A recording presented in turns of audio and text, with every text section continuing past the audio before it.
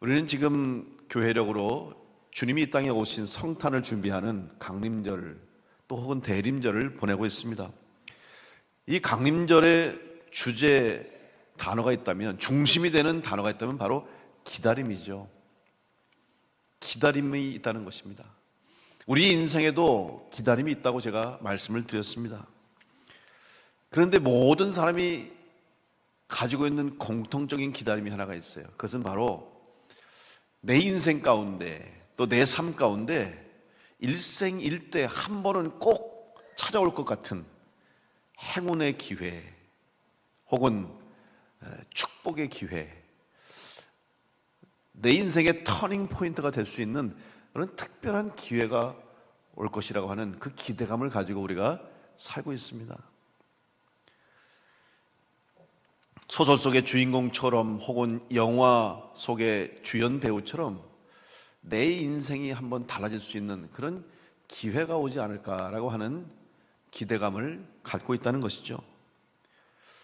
그런데 실제로 우리 세상 가운데 살아가는 사람들의 이야기를 통해서, 특별히 성공의 신화를 이루고 남들이 부러워할 수 있는 그 자리에 이른 사람들의 성공 스토리 이야기를 듣다 보면 그 사람들이 만날 수 있는 기회는 우연한 기회가 아니라는 것을 깨닫게 됩니다. 세렌디피티의 법칙이라는 말을 들어보셨을 겁니다. 이 세렌디피티의 법칙은 주로 어떠한 일에 집중, 연구, 노력하는 중에 뜻하지 않게 전혀 다른 새로운 결과와 새로운 발견과 발명을 해내는 그런 일들을 지칭할 때 세렌디피티의 법칙이다, 이렇게 얘기하죠. 대표적인 예를 들면 엑스레이 같은 거, 그걸 발명한 사람, 또 푸른 곰팡이를 통해서 이제 항생제를 만들어냈지 않았습니까? 그런 것들, 사실은 그걸 목적으로 한 게 아니라 다른 연구를 하던 중에 우연치 않게 이런 놀라운 물질들과 놀라운 연구들을 발견하게 됐다는 사실이죠. 사실 세렌디피티라고 하는 이 말을 쓰게 된 것은 원래 18세기에 영국의 작가였던 호레이스 월폴이라는 사람이 페르시아에서 전해오던 동화 세렌디피티의 왕자들 혹은 세렌디피티의 새 왕자라고 하는 이 이야기를 인용하면서 이 용어가 쓰이기 시작했어요. 이 세렌디피티의 왕자들이라고 하는 예언 간단하게 말씀드리면, 이 세렌디피티는 사실 그 나라를 따지면 지금의 스리랑카에 해당되는 나라라고 할 수 있는데, 그 나라에 한 임금이 있었습니다. 그런데 사랑하는 아들 3명의 왕자가 있었어요. 이 3명의 왕자를 앞으로 이 나라를 이끌어갈 훌륭한 왕으로 세워야 되는데, 그러기 위해서는 좋은 선생님을 붙여서 가르쳐야 되겠다. 그래서 어려서부터 그 세 왕자에게 다 각각 선생님을 다 맡겨주셔서 잘 가르치게 했어요. 이제 어느 날 아이들이 장성했습니다. 그래서 이 왕이 자기 아들들을 하나씩 불러놓고 이제 물었습니다. 앞으로 네가 이 나라의 왕이 될 텐데 네가 그 사명을 감당해야 된다. 그랬더니 대답하는데 첫째 왕자, 둘째 왕자, 셋째 왕자가 다 대답을 얼마나 지혜롭게 하는지, 아버지의 마음을 거스르지 않으면서 아버지처럼 좋은 왕이 될 수 없고 나는 그런 왕이 자격도 없고 나는 부족하니까 아버님이 그 일을 해야 됩니다. 둘째는 또 형님이 그 일을 해야 됩니다. 막내는 저는 그런 자격이 없습니다. 너무나 아버지 임금님의 왕의 마음에 흡족한 대답을 했어요. 다 잘 자라줬어요. 다 잘 배웠어요. 그래서 왕은 여기서 머무르서 안 되겠다. 이제 이렇게 잘 배웠으니 경험을 쌓기 위해서 다른 나라로 가서 이 아들들에게 이제 좋은 안목을 넓히고 또 그들의 시야를 넓힐 수 있는 기회를 줘서 보냅니다. 그 과정 속에 이제 일어난 일들을 기록한 내용이죠. 자기들이 찾고자 하는 것, 또 자기들이 얻고자 하는 것은 얻지 못했지만 오히려 그보다 더 값진 지혜와 또 많은 인생의 경험들과 보화와 같은 것들을 얻어냈다고 하는 그런 이야기입니다. 여러분, 무슨 말입니까? 결국 어떤 기회 혹은 우리가 기대하며 살았던 뜻밖의 행운, 뜻밖의 축복들을 얻는 사람들이 우연히 얻게 된 것이 아니라는 거예요. 어쩌다가 나에게 주어진 것이 아니라는 거예요. 내가 하고자 하는 일에 나의 일생에 나의 삶에 최선을 다하다 보니까 어느 순간 나에게 그런 기회가 찾아오는 것이지, 아무것도 하지 않고 아무런 일도 하지 않은 채 살아가는 사람에게는 그런 기회가 올 수가 없다는 거예요. 우리는 요즘 세상에서 흔히 말하는 인기, 사람들이 원하는 스타들의 이야기를 자주 듣습니다. 유명한 배우가 되고 유명인이 돼서 많은 사람들에게 사랑을 받는 사람들, 자기들의 목표를 이루고 꿈을 이루고 성공한 사람들의 성공 스토리를 보면 우리의 입장에서는 저 사람 정말 운이 좋아, 정말 행운이야, 이렇게 이야기할 수 있지만 결코 그렇지 않지 않습니까? 한 배우로 그 자리에, 정상의 자리에, 인기 스타의 자리에 앉기까지는 공통적인 이야기가 있어요. 공통적인 시간들이 있습니다. 바로 무명의 시간이라는 사실. 아무도 자기를 알아주지 않고 또 자기에게 그런 좋은 배역이 주어지지 않았어요. 단역 하나, 엑스트라 하나, 그저 지나가는 사람, 사람의 눈에는 띄지도 않고 관심도 받지 못했던 그런 배역을 그들은 맡아서 해냈기 때문에 훗날 그 자리에 그때의 인기 배우로 또 주연 배우로 사람들의 사랑을 받게 된 거예요. 그런데 그들의 자세가 어땠습니까? 단역을 할 때 혹은 엑스트라를 할 때 사람들이 알아주지도 않고 관심도 없는 그 일을, 그 배역을 맡았을 때 그들의 자세는 어땠을까요? 내가 주연 배우를 꿈꾸는 사람인데, 내가 주인공을 꿈꾸는 사람인데 내가 이런 배역을 해서 뭐해? 내가 하찮게 말이야 이런 역을 하려고 내가 지금 공부하는 줄 알아? 안 한다고 거부하고 우습게 여기고 하찮게 여겼습니까? 그런 사람은 절대로 인기 스타 주연 배우가 될 수 없어요. 아무리 하찮은 역할 하나라도, 아무리 짧은 배역 하나라도 그저 나에게 주어진 기회로 알고 앞으로 장차 내가 주인공이 될 수 있도록, 주연 배우가 될 수 있도록 열심히 최선을 다하고 그 보다것없는 배역 하나라도 최선을 다했던 그런 사람들이 쌓이고 그 시간들이, 그 무명의 시간들이, 어둠의 시간들이, 고통의 시간들이 쌓여서 훗날 좋은 배우가 될 수가 있었던 것입니다. 여러분, 만약 그때 그 자리에 아직 때가 안 됐다, 아직 주인공도 아니고 아직 그럴 만한 능력도 없다 생각하면서 그 일을 하지 않았더라면 그 사람은 자기의 꿈을 이룰 수가 없었을 거예요. 오늘 여러분의 신앙은 어떻습니까? 언젠가는 주님이 오시겠지, 언젠가는 내 삶도 하나님의 축복을 받겠지, 언젠가는 내 인생 가운데 하나님이 역사하시는 능력이 있겠지, 나도 언젠가는 주님 앞에 설 때가 있겠지. 하지만 아직은 아니야. 아직은 그때가 되지 않았어. 아직 시간이 있어. 이렇게 살진 않습니까? 오늘 사도행전에 기록된 이 스데반의 이야기, 특별히 스데반이 전한 설교의 내용을 보십시오. 메시아로 오신 예수 그리스도를 전하고 있습니다. 그런데 스데반은 마치 기다렸다는 듯이, 기회를 얻었다는 듯이 예수 그리스도에 대한 복음을 전하는 거예요. 얼마나 열정적으로 전하는지.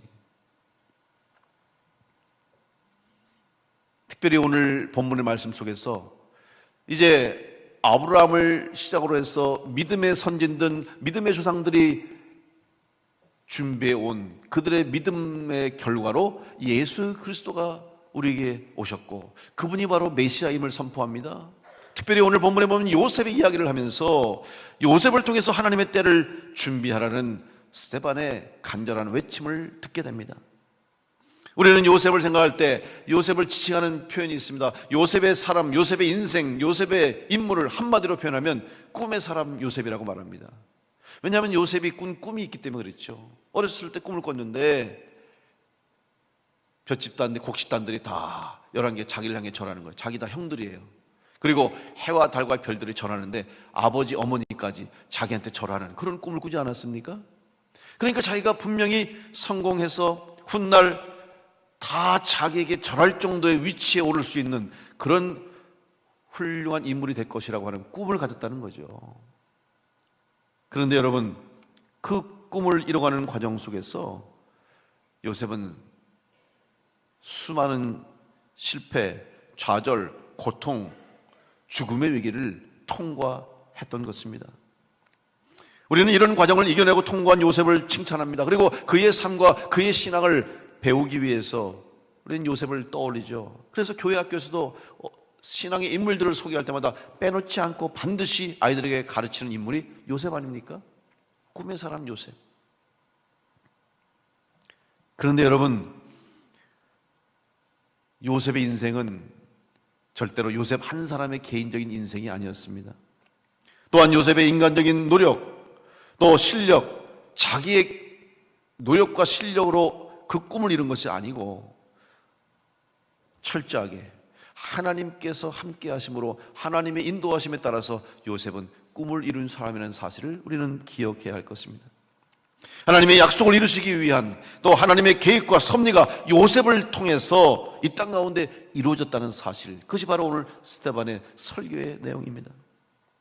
결국 요셉의 삶의 중심은 하나님이었고 하나님께서 요셉과 함께 하셨고 하나님께서 요셉을 통해서 일을 하셨습니다. 이것은 요셉에 해당되는 이야기만 아니에요. 아니, 성경에 기록된 인물들에게만 해당되는 이야기 아닙니다. 오늘 이 땅을 살아가는 모든 하나님의 자녀인 우리 그리스도인들, 바로 성도들 여러분들 한 분 한 분도 동일하게 적용되는 이야기이고, 바로 여러분 역시 동일하게 하나님의 뜻과 계획을 위해서 부름받은 성도임을 기억하면서 오늘 여러분의 인생을 통해서, 여러분의 삶을 통해서 이루실 하나님의 섭리와 계획과 뜻을 발견하는 복된 성도들 될 수 있기를 간절히 축원합니다. 그렇다면 어떻게 요셉이 그 하나님의 계획하심과 섭리하심을 이루어드릴 수 있는 삶을 살게 되었을까? 그리고 오늘 우리가 과연 어떻게 해야 하나님께서 우리를 통해서, 또한 우리 교회를 통해서 이루시고자 하는 계획과 하나님의 뜻을 이루어드리는 교회가 되고 성도가 될 것인가?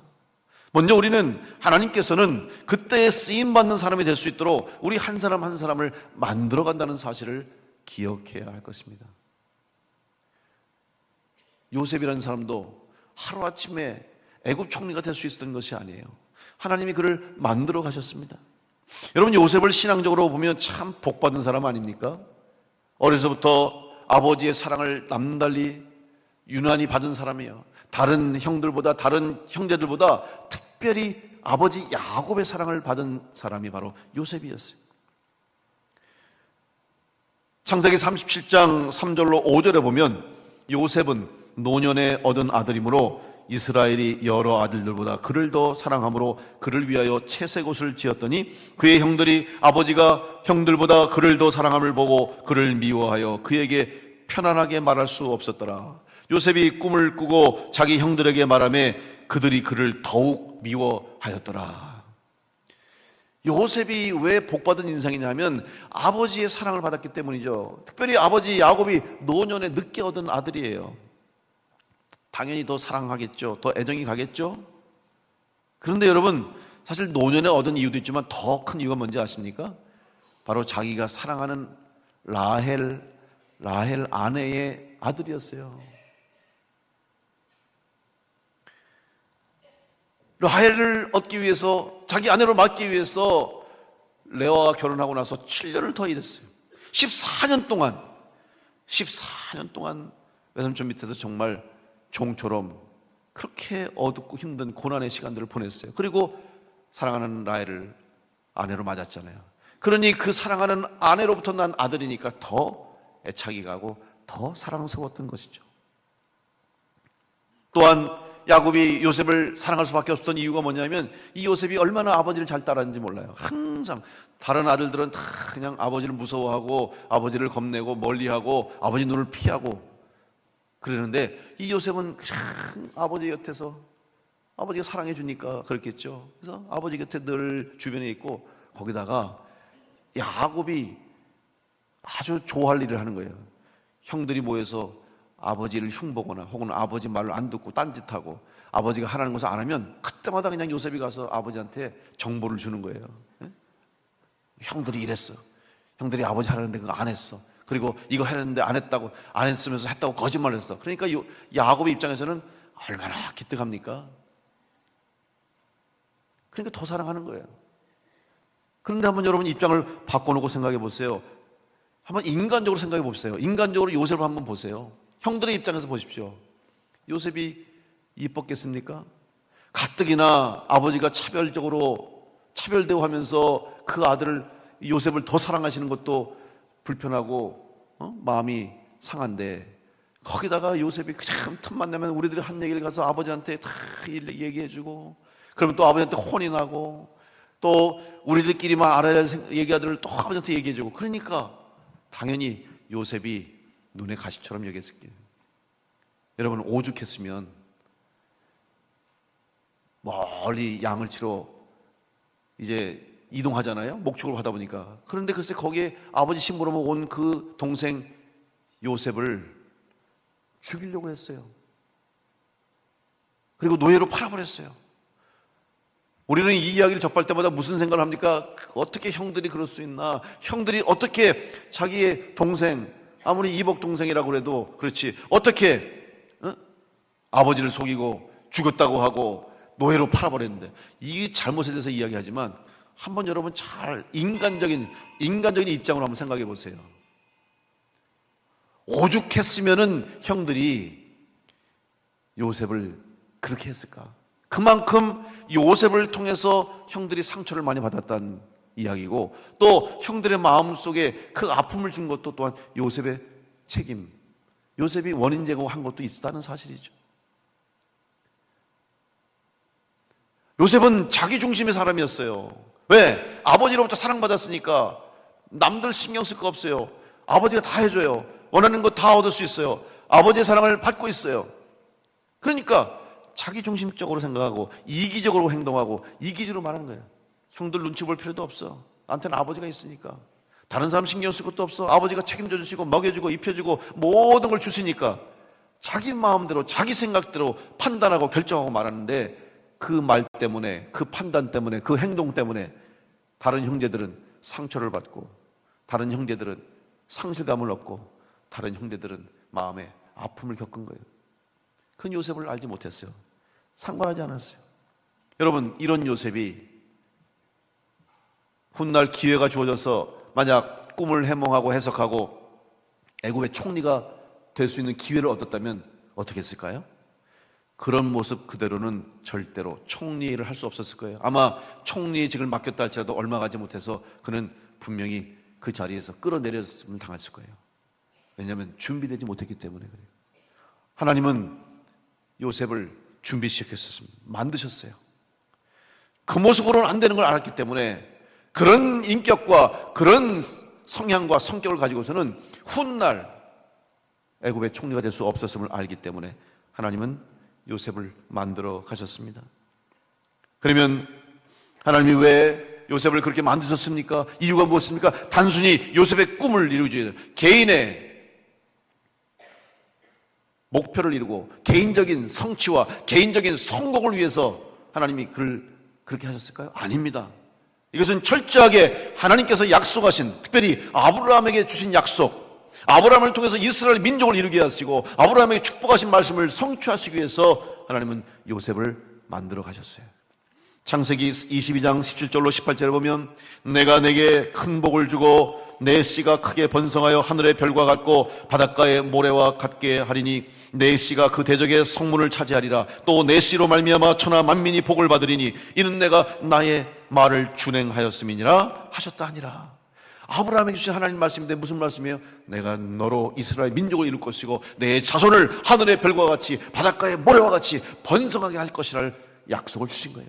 그리고 이 약속을 이루시기 위해서 하나님께서는 요셉을 준비시키셔서 7년의 대환란, 7년의 풍성한 풍년 후에 7년 동안 찾아올 기근을 준비하게 하시기 위해서, 그리고 그 기근의 때에 아브라함과 아브라함의 자손들이 굶어 죽지 않고 망하지 않게 하기 위해서 하나님은 미리 계획을 세우셔서 요셉을 만들어 가셔서 훗날 애굽의 총리로 쓰게 하신 줄로 믿습니다. 하나님의 계획하심이 있기 때문에, 그리고 그 일을 위해서 하나님이 요셉을 만들어 가셨어요. 사랑하는 성도 여러분, 오늘 여러분의 인생 여러분이 다 하시는 것 같죠? 여러분이 능력대로, 여러분의 힘대로 살아가는 것 같죠? 아닙니다. 오늘 여러분의 삶에 때로는 뜻하지 않는, 원치 않는 어려움과 힘듦과 고난이, 고통이 있다 할지라도 여러분, 그것이 바로 여러분을 만들어 가시는 하나님의 손길이시며 여러분을 새롭게 하시는 하나님의 뜻임을 믿고 그 어려움과 힘든 시간들을 잘 이겨내고 통과하는 성도가 될 수 있기를 간절히 축원합니다. 하나님의 만드심이 있어야 우리는 살아갈 수 있고 하나님이 우리를 붙잡아 주셔야 우리는 쓰임을 받을 수가 있어요. 두 번째로 하나님께서는 그때 쓰임받는 사람이 될 수 있도록 요셉의 삶을 인도하시고 오늘 우리의 삶을 인도하시는 줄로 믿습니다. 요셉이 노예로 팔려간 것, 그리고 보디발의 집에서 인정받는 종으로 청지기의 역할을 감당하다가 하루아침에 억울한 누명을 쓰고 죄수가 되어서 감옥에 갇히는 그 시간들, 그리고 그 속에서 꿈을 해몽하는 능력을 알게 되면서 왕의 앞에 나가 꿈을 해석하고 총리가 되는 이 과정, 이 모든 일들은 다 하나님께서 계획하시고 하나님께서 그 계획을 이루시기 위해서 요셉의 삶을 인도해 주신 것입니다. 요셉이 원치 않았어요. 생각해 보세요. 지금 요셉은 어떤 꿈을 꿨습니까? 곡식단들이 다 자기를 향해 절하는 거예요. 그 곡식단들 자기 형들이잖아요. 형들이 다 자기를 향해 절을 해.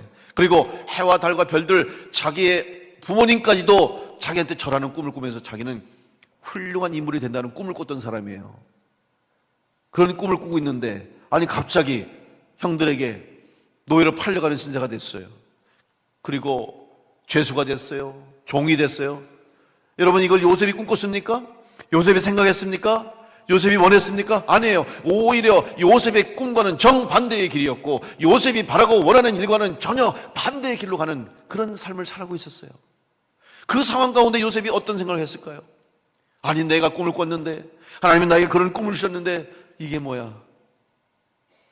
요셉은 원치 않았고 요셉은 바라지 않았고 기대하지 않았던 일들을 겪으면서 무엇을 생각했습니까? 그때 요셉이 깨달은 것은 내 인생은 내 뜻대로 사는 것이 아니구나. 그리고 내 인생 내 맘대로 할 수 없는 것이구나. 지금까지는 나는 내 맘대로 할 수 있다고 생각했구나. 아버지가 나를 사랑하시니까 아버지의 재산이 내 재산이고 아버지의 힘이 나의 힘이고 그러니까 나는 내 맘대로 할 수 있다고 생각하고 형들을 무시하고 다른 사람들을 아나무인으로 자기 마음대로 살아왔던 그 모든 그의 인격과 그의 성격과 성향이 다 고치게 된 것이죠. 하나님이 인도하심에 따라서 원치 않았지만 인도하심에 따라가는 거예요. 그런데 여러분, 요셉이 왜 그런 인물이 될 수 있었냐면 변화할 수 있는 사람이 됐기 때문에. 만약에 그 변화를 인정하지 않고 그 변화 속에서 믿음을 지키지 않고 하나님을 보지 않고 자기 자신을 보면서 실망하고 낙심하고 하나님 원망하고 불평하고 불만 터뜨리면서 내 신세가 이게 뭐냐고 아마 주저앉았다면 평생 종살이 하다가 그냥 보디발의 집에서 부귀영화를 누리다가 부인하고 바람나가지고 맞아 죽었을 거예요. 그런데 요셉은 그 고난 속에서, 고통 속에서, 실패와 원치 않는 어려움 속에서 하나님을 의지하게 되었고 하나님을 바라보고 하나님의 인도하심에 순종하는 삶을 살았기 때문에 훗날 하나님의 뜻대로 쓰임받은 인물이 된 줄로 믿습니다. 여러분, 우리는 고난의 대명사로 욥을 떠올릴 수 있습니다. 욥은 영문도 모른 채 고난과 고통의 한가운데 서게 됐습니다. 욥은 잘못한 게 없습니다. 하나님 앞에서 온전한 자요 순전한 자였던 욥이었지만 하나님의 인도하심에 따라서 그는 고난의 터널을 통과할 수밖에 없었어요. 그러나 욥은 알고 있었습니다. 지금의 모든 상황은 다 하나님께서 나를 인도하시고 하나님께서 계획하신 일이라는 것을 알았기 때문에 그는 하나님을 믿음으로 끝까지 고백하고 그 모든 시련과 환난과 어려움을 이겨냈습니다. 욥기서 23장 8절로 10절에 욥은 이렇게 고백하고 있습니다. 그런데 내가 앞으로 가도 그가 아니 계시고 뒤로 가도 보이지 아니하며 그가 왼쪽에서 일하시나 내가 만날 수 없고 그가 오른쪽으로 돌이키시나 배울 수 없구나. 그러나 내가 가는 길을 그가 아시나니 그가 나를 단련하신 후에는 내가 순금같이 되어 나오리라. 욥에게는 자기의 인생이 자기의 뜻대로 사는 인생이 아니라 하나님이 인도하시는 인생임을 믿었기 때문에 비록 원치 않는 고난, 인간이 당할 수 있는 최고의 고통스러운 시간을 맞이했어도 욥은 흔들리지 않고 하나님의 인도하심에 따라 순종함으로 결국 훗날 하나님이 회복시키시고 이전보다 더 갑절로 부흥시키시고 갑절로 축복해 주셔서 다시 한번 하나님의 온전한 사람으로 그 자리에 서게 된 줄로 믿습니다. 여러분, 오늘 우리들은 하나님께서 쓰임받는 사람이 될 수 있도록 하나님의 인도하심에 따라가는 성도가 되기를 간절히 축복합니다. 여러분 한 분 한 분이 바로 하나님이 필요한 사람이라는 사실을 기억하시오. 그리고 내 인생은, 내 삶은 하나님의 인도하심을 따라 살 수밖에 없는 존재라는 사실을 깨달을 때 하나님의 뜻과 계획이 우리를 통하여서, 우리의 삶을 통하여서, 우리 교회를 통하여서 이루어지게 될 줄로 믿습니다. 마지막으로 하나님께 쓰임받는 사람, 필요한 그때에 쓰임받는 사람은 바로 하나님이 사용하시는 사람이라는 사실을 아는 사람입니다. 하나님이 나를 사용하시는 것을 알 때에 하나님께 쓰임받는 사람이 될 수 있다는 사실입니다. 결국 하나님의 방법은 요셉을 통해서 7년 기근, 7년 대환란을 통해서 어둠과 고통의 시간들을 통과하게 하시려고 요셉을 미리 준비시키셨죠. 요셉은 그것을 알고 있었습니다. 창세기 45장 4절로 5절에 형들을 만난 요셉이 이렇게 말합니다. 요셉이 형들에게 이르되 내게로 가까이 오소서. 그들이 가까이 가니 이르되 나는 당신들의 아우 요셉이니 당신들이 애굽의 판자라. 당신들이 나를 이곳에 팔았다고 해서 근심하지 마소서, 한탄하지 마소서. 하나님이 생명을 구원하시려고 나를 당신들보다 먼저 보내셨나이다. 요셉은 알고 있었어요. 하나님이 자기를 쓰시는 것을 알고 있었고, 왜 자기를 먼저 애굽에 보내셨고, 왜 자기를 그 어려운 시간, 힘든 시간을 통과하게 하셨는지를 알고 그 쓰임에 합당하게 쓰임받은 줄로 믿습니다. 여러분, 이 사실을 아는 사람과 알지 못하는 사람의 차이가 얼마나 큰지 알 수 없어요. 신앙생활을 해도, 믿음 생활을 해도 나는 하나님의 일꾼이구나, 그리고 나는 그리스도의 일꾼이구나, 이것을 아는 사람이 하는 충성과 봉사와 마하지 못해서 할 수 없어서 남의 눈 때문에, 남의 시선 때문에, 또 내 얼굴 때문에 하는 봉사와 헌신은 차원이 다른 거예요. 오늘 우리의 충성, 여러분의 봉사와 헌신은 무엇입니까? 바로 하나님이 나에게 원하시는 뜻이며 일이며 내 일은 하나님의 일이라고 하는, 나는 하나님의 일꾼이라고 하는 믿음과 고백이 있을 때 여러분을 통해서 하나님의 역사가 우리 교회를 통해서 이 땅 가운데 이루어지게 될 줄로 믿습니다. 여러분, 에스더가 어떻게 했습니까? 에스더가 왕후가 된 것이 그가 아름다워서 그의 가문이 살아나기 위해서, 그의 가정이 복받기 위해서 왕후가 된 것이 아니에요. 에스더서 4장 14절에 삼촌 모르드게가 에스더에게 이렇게 말합니다. 이때 내가 만일 잠잠하여 말이 없으면 유다인은 다른 데로 말미암아 노임과 구원을 얻으려니와 너와 내 아버지 집은 멸망하리라. 내가 왕후의 자리를 얻은 것이 이때를 위함이 아닌지 누가 알겠느냐. 결국 에스더는 깨달은 거예요. 아, 하나님이 나를 왜 왕후가 되게 하셔서 왕 앞으로 나아갈 수 있었을까?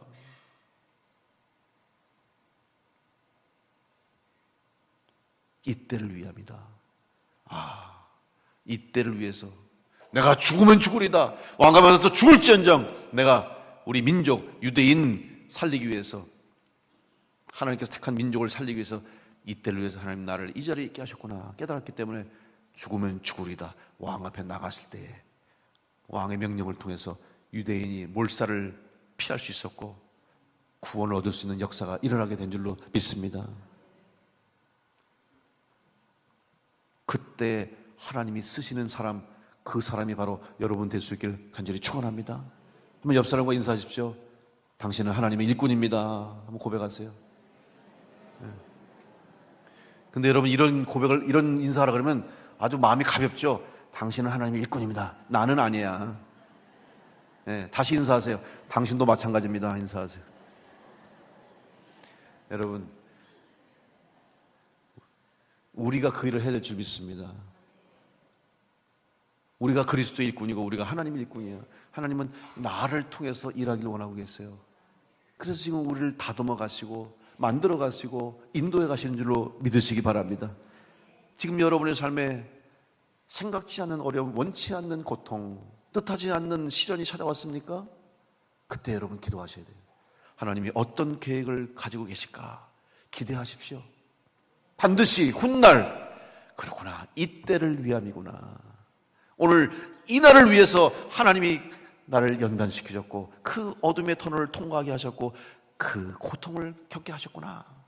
여러분, 그날이 반드시 여러분에게 찾아올 것을 믿으시면서 요셉처럼, 에스더처럼 그때를 위해서 준비된 사람으로 하나님의 쓰임받는 성도들 되시고 우리 교회가 되기를 간절히 축원합니다. 하나님은 기다리고 계십니다.